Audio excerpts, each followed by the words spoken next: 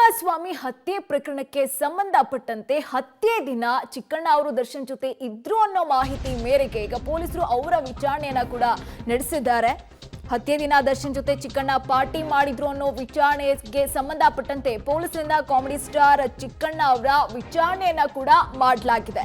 ಸತತ 3 ಗಂಟೆಗಳ ಕಾಲ ನಡೆದಂತಹ ವಿಚಾರಣೆ ಅದು. ಇನ್ನು ಪಬ್ನಲ್ಲಿ ಯಾರ್ಯಾರಿದ್ರು, ಹೀಗೆ ಸಾಕಷ್ಟು ಪ್ರಶ್ನೆಗಳನ್ನ ಪೊಲೀಸರು ಕೇಳಿದ್ದಾರೆ. ಜೂನ್ 8ನೇ ತಾರೀಕು ಮಧ್ಯಾಹ್ನ 1:30ರಿಂದ ಸಂಜೆ 4:15 ತನಕ ಏನೇನೆಲ್ಲ ಆಯ್ತು ಅನ್ನೋ ಮಾಹಿತಿಯನ್ನ ಪೊಲೀಸರು ಚಿಕ್ಕಣ್ಣ ಅವರಿಂದ ಬಾಯ್ ಬಿಡಿಸಿರುವಂಥದ್ದು.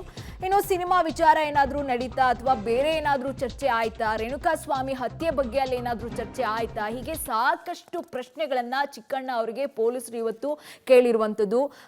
ಸ್ಟೋನಿ ಬ್ರೂಕ್ನಲ್ಲಿ ಸ್ಪಾಟ್ ಮಹಜರನ್ನ ಮಾಡ್ಕೊಂಡಂತಹ ಪೊಲೀಸರು ನಂತರ ಅವರನ್ನ ಅನ್ನಪೂರ್ಣೇಶ್ವರಿ ಸ್ಟೇಷನ್ಗೆ ಕರ್ಕೊಂಡು ಹೋದ್ರು. ಅಲ್ಲಿ ಸತತ 3 ಗಂಟೆಗಳ ಕಾಲ ಚಿಕ್ಕಣ್ಣ ಅವರನ್ನ ಎನ್ಕ್ವೈರಿ ಮಾಡಿದ್ದಾರೆ ಅನ್ನೋ ಮಾಹಿತಿ ಸಿಗ್ತಾ ಇದೆ. ಜೂನ್ 8 ಹತ್ಯೆ ಆಗುತ್ತೆ. ಆ ಹತ್ಯೆಯ ಸಂದರ್ಭದಲ್ಲಿ ಏನೇನೆಲ್ಲ ಆಯ್ತು ಅನ್ನೋ ಮಾಹಿತಿಯನ್ನ ಚಿಕ್ಕಣ್ಣ ಅವರಿಂದ ಪಡ್ಕೊಳ್ಳುವಂತಹ ಕೆಲಸವನ್ನ ಪೊಲೀಸರು ಮಾಡಿದ್ದಾರೆ. ಇನ್ನು 3 ಗಂಟೆಗಳ ಕಾಲ ವಿಚಾರಣೆಯನ್ನ ಚಿಕ್ಕಣ್ಣ ಅವರು ಫೇಸ್ ಮಾಡ್ತಾರೆ. ದರ್ಶನ್ ನನಗೆ ಸ್ನೇಹಿತ, ಹಾಗಾಗಿ ಊಟಕ್ಕೆ ಕರೆದಿದ್ರು, ನಾನು ಹೋಗಿದ್ದೆ. ಇವತ್ತು ಪೊಲೀಸರು ವಿಚಾರಣೆಗೆ ನನ್ನನ್ನ ಕರೆದಿದ್ರು, ನಾನು ಬಂದಿದ್ದೀನಿ ಅಂತ ಮಾಧ್ಯಮಗಳಿಗೆ ಚಿಕ್ಕಣ್ಣ ಅವರು ಹೇಳಿಕೆಯನ್ನ ಕೊಟ್ಟಿರುವಂತದ್ದು. ಪ್ರಕರಣ ತನಿಖೆ ನಡೀತಾ ಇದೆ. ಈಗ ನಾನು ಯಾವ ವಿಚಾರವನ್ನು ಹೇಳ್ಕೊಳ್ಳೋ ಆಗಿಲ್ಲ ಅನ್ನೋ ಮಾಹಿತಿಯನ್ನ ಕೂಡ ಕೊಟ್ಟಿದ್ದಾರೆ. ಪೊಲೀಸ್ ವಿಚಾರಣೆಯನ್ನ ಎದುರಿಸಿದ ಬಳಿಕ ಮಾಧ್ಯಮಗಳಿಗೆ ಚಿಕ್ಕಣ್ಣ ಅವರು ಮಾತನಾಡ್ತಾರೆ. ಎಲ್ಲಾ ವಿಚಾರಗಳನ್ನ ಕಾನ್ಫಿಡೆನ್ಷಿಯಲ್ ಆಗಿ ಇಡಬೇಕು ಅನ್ನೋ ಹೇಳಿಕೆಯನ್ನ ಪೊಲೀಸರು ಕೊಟ್ಟಿದ್ದಾರೆ. ಹಾಗಾಗಿ ನಾನು ಯಾವ ವಿಚಾರವನ್ನ ಮಾಧ್ಯಮಗಳಿಗೂ ನಾನು ಹೇಳೋದಕ್ಕೆ ಇಷ್ಟಪಡೋದಿಲ್ಲ ಅಂತ ಚಿಕ್ಕಣ್ಣ ಅವರು ಹೇಳಿರುವಂತದ್ದು. ಏನ್ ಮಾತನಾಡಿದ್ದಾರೆ ಚಿಕ್ಕಣ್ಣ ನೋಡ್ತಾ ಹೋಗೋಣ. ಗೊತ್ತಿರಂಗೇನೆ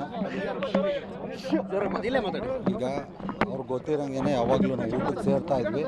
ಹಂಗೇನೆ ಅವತ್ತು ಊಟಕ್ಕೆ ಕರೆದಿದ್ರು, ಊಟಕ್ಕೆ ಹೋಗಿದೆ. ಅದ್ರ ಬಗ್ಗೆ ಪೊಲೀಸ್ನವ್ರು ಕರೆದಿದ್ರು, ವಿಚಾರಣೆ ಕರೆದಿದ್ರು. ಅವ್ರು ಏನು ಹೇಳಿದ್ದಾರೆ ಅದನ್ನು ನಾವು ಸಹಕರಿಸಿದ್ದೀನಿ. ಆಮೇಲೆ ಅದಷ್ಟೇ. ಇನ್ನು ಯಾರು ಇದ್ರಿ ಸರ್ ಪಾರ್ಟಿಲಿ ಆ್ಯಕ್ಚುಲಿ?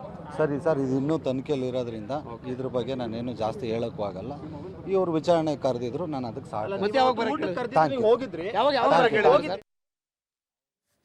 ಓಕೆ, ಈ ಬಗ್ಗೆ ಮತ್ತಷ್ಟು ಡೀಟೇಲ್ಸ್ ಕೊಡ್ತಾರೆ ನಮ್ಮ ಪ್ರತಿನಿಧಿ ಮಾರುತಿ. ಈಗ ಚಿಕ್ಕಣ್ಣ ಅವ್ರು ಯಾವ ವಿಚಾರವನ್ನು ಬಾಯ್ ಬಿಡುವಂತೆ ಈಗ ಮಾಧ್ಯಮ ಮುಂದೆ ಕಾಣಿಸ್ತಾ ಇಲ್ಲ. ಆದ್ರೆ ಇನ್ಸೈಡ್ ಡೀಟೇಲ್ಸ್ ಏನಾದ್ರೂ ನಿಮಗೆ ಸಿಕ್ಕಿದ್ಯಾ? ಏನ್ ಪ್ರಶ್ನೆ ಕೇಳಿದ್ರಂತೆ ಸತತ 3 ಗಂಟೆಗಳ ಕಾಲ ಅಂತ? ಖಂಡಿತ ಚಂದನ, ಏನು ಇವತ್ತು ಸಂಜೆ 4:45 ಸಂದರ್ಭಕ್ಕೆ ಏನು ವಿನಯ್ ಮಾಲೀಕತ್ವದ ಬ್ರೂಕ್ ಸ್ಟೋನ್ ಅಂತ ಏನು ಪಬ್ ಇದೆ, ಬಾರ್ ಅಂಡ್ ರೆಸ್ಟೋರೆಂಟ್ ಇದೆ, ಅಲ್ಲಿಗೆ ಚಿಕ್ಕಣ್ಣನ ಕರೆಸ್ಕೋತಾರೆ. ಅವತ್ತು ಏನು ಘಟನೆ ನಡೆದ ಶನಿವಾರ ಅಂದರೆ ಜೂನ್ 8ನೇ ತಾರೀಕು ಇವರೆಲ್ಲ ಒಟ್ಟಿಗೆ ಸೇರಿರ್ತಾರೆ. ಅದೇ ದರ್ಶನ್ ಕರೆಸ್ಕೊಂಡ್ರು ಅನ್ನೋವಂತಹ ಕಾರಣಕ್ಕೆ ಮತ್ತು ನಟ ಅಲ್ಲಿ ಇದ್ದ ಅನ್ನೋ ಕಾರಣಕ್ಕೆ ಚಿಕ್ಕಣ್ಣನ ಕರೆಸಿ ಇವತ್ತು ಅಲ್ಲಿಂದ ನೇರವಾಗಿ ಪೊಲೀಸ್ ಠಾಣೆಗೆ ಕರೆತಂದು ವಿಚಾರಣೆ ನಡೆಸ್ತಾರೆ. ಸತತ 3 ಗಂಟೆ 15 ನಿಮಿಷಗಳ ಕಾಲ ಚಿಕ್ಕಣ್ಣ ಅವರನ್ನು ಪೊಲೀಸರು ಪ್ರಶ್ನೆಗಳ ಮೇಲೆ ಪ್ರಶ್ನೆ ಮಾಡಿರುವಂಥದ್ದು. ಅಂದರೆ ಅವತ್ತು ನೀವು ಅಲ್ಲಿಗೆ ಯಾವಾಗ ಹೋದ್ರಿ, ಏನು ನಡೀತು ಅನ್ನೋದ್ರ ಬಗ್ಗೆ ವಿಚಾರಣೆ ನಡೆಸಿರುವಂಥದ್ದು. ಚಿಕ್ಕಣ್ಣ ಕೂಡ ಅದರ ಬಗ್ಗೆ ಈಗ ತನಿಖೆ ಹಂತದಲ್ಲಿರೋದ್ರಿಂದ ಏನೆಲ್ಲ ಪ್ರಶ್ನೆಗಳು ಕೇಳಿದ್ರು ಅನ್ನೋದ್ರ ಬಗ್ಗೆ ಮಾಹಿತಿ ಕೊಡೋಕ್ಕಾಗಲ್ಲ ಅಂತ ಸಹ ಮಾಧ್ಯಮಗಳ ಮುಂದೆ ಹೇಳಿರುವಂಥದ್ದು. ಒಳಭಾಗದಲ್ಲಿ ಪ್ರಶ್ನೆಗಳಂದರೆ ಏನು ಅವತ್ತು ನೀವು ಅಲ್ಲಿ ಭೇಟಿಯಾಗೋದಕ್ಕೆ ಕಾರಣ ಏನಿತ್ತು, ದರ್ಶನ್ ನಿಮ್ಮನ್ನ ಏನಕ್ಕೆ ಕರೆಸ್ಕೊಂಡಿದ್ರು ಅಂತ ಪ್ರಶ್ನೆಗಳು ಮಾಡಿದ್ದಾರೆ. ಇದಕ್ಕೆ ಚಿಕ್ಕಣ್ಣ ಉತ್ತರ ಕೊಟ್ಟಿರುವಂಥದ್ದು, ಎಂದಿನಂತೆ ಅವರು ಊಟಕ್ಕೆ ಕರೀತಾರೆ, ಅವತ್ತು ಸಹ ಕರೆದಿದ್ರು. ಆ ಹಿನ್ನೆಲೆಯಲ್ಲಿ ನಾನು ಹೋಗಿದ್ದೆ. ಈ ಘಟನೆ ಏನು ಚಿತ್ರದುರ್ಗದ ರೇಣುಕಾಸ್ವಾಮಿ ಕೊಲೆ ಪ್ರಕರಣದ ಬಗ್ಗೆ ಯಾವುದೇ ರೀತಿಯಲ್ಲಿ ಚರ್ಚೆಗಳಾಗಿಲ್ಲ, ಅದರ ಬಗ್ಗೆ ನನಗೇನೂ ಮಾಹಿತಿ ಇಲ್ಲ. ನಾನು ಎಂದಿನಂತೆ ಅವತ್ತು ಊಟಕ್ಕೆ ಹೋಗಿದ್ದೆ, ಊಟ ಮುಗಿಸ್ಕೊಂಡು ನನ್ನ ಪಾಡಿಗೆ ನಾನು ಹೋದೆ ಅಂತ ಚಿಕ್ಕಣ್ಣ ಈಗ ಉತ್ತರಗಳನ್ನ ಕೊಟ್ಟಿರುವಂಥದ್ದು. ಸತತ 3 ಗಂಟೆಗಳ ವಿಚಾರಣೆ ನಡೆಸಿದಂಥ ಪೊಲೀಸರು ಚಿಕ್ಕಣ್ಣನ ಕಳಿಸಿದ್ದಾರೆ. ಮತ್ತೆ ಅಗತ್ಯ ಇದ್ದರೆ ಕರಿತೀವಿ ಅಂತ ಸಹ ಹೇಳಿರುವಂಥದ್ದು. ಹಿನ್ನೆಲೆಯಲ್ಲಿ ಚಿಕ್ಕಣ್ಣ ಅವರು ಈ ಪ್ರಕರಣದಲ್ಲಿ ಅಂದರೆ ಯಾವ ರೀತಿ ಚರ್ಚೆಯಲ್ಲಿ ಭಾಗಿಯಾಗಿದ್ರ ಅಥವಾ ಘಟನೆ ಬಗ್ಗೆ ಏನಾದ್ರು ಮಾಹಿತಿಗಳು ಅವ್ರಿಗಿತ್ತ, ಅದನ್ನು ಮರೆಮಾಚ್ತಿದಾರ ಅನ್ನೋದ್ರ ಬಗ್ಗೆ ಪೊಲೀಸರು ಸುದೀರ್ಘವಾದಂತಹ ವಿಚಾರಣೆ ನಡೆಸಿರುವಂಥದ್ದು. ಚಂದನ.